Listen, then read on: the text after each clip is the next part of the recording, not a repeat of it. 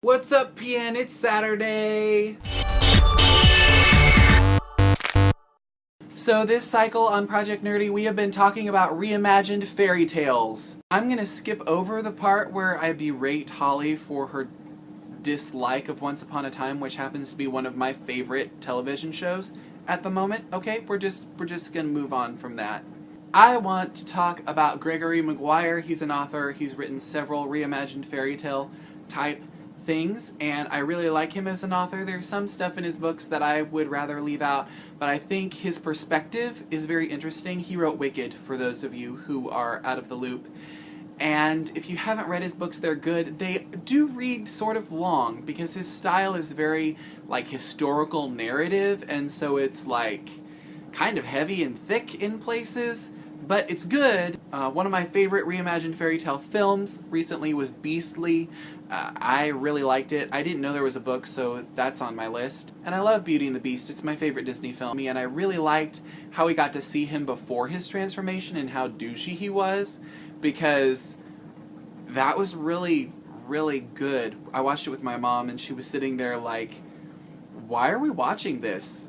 I don't like this at all. I don't know what else to say. I want to go to one of my favorite and one of the most looked over reimagined fairy tales, and that is the film The Brothers Grimm. So here's the thing about The Brothers Grimm. I love it because the actors disappear into their roles. Heath Ledger is in this movie, if you didn't remember. Matt Damon is also in this movie, if you didn't remember. And you forget that they are, because they were just cast so perfectly, and their acting is so great that you completely forget that it is the actor in the role. That is good art. I'm just saying.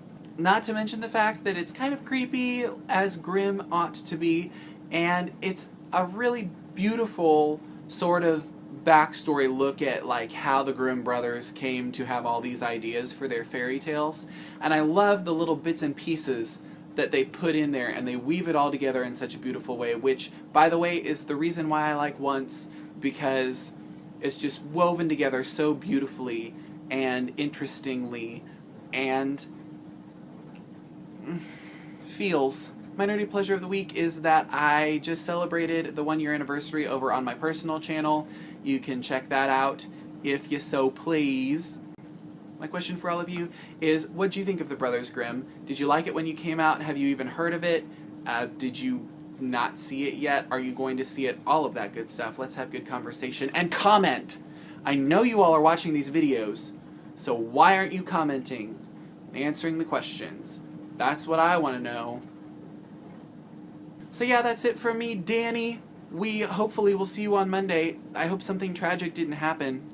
I guess if we were good people, we would have, like, sent you a message on Facebook or a tweet or something. And said, hey, where are you at? What happened to our fearless leader?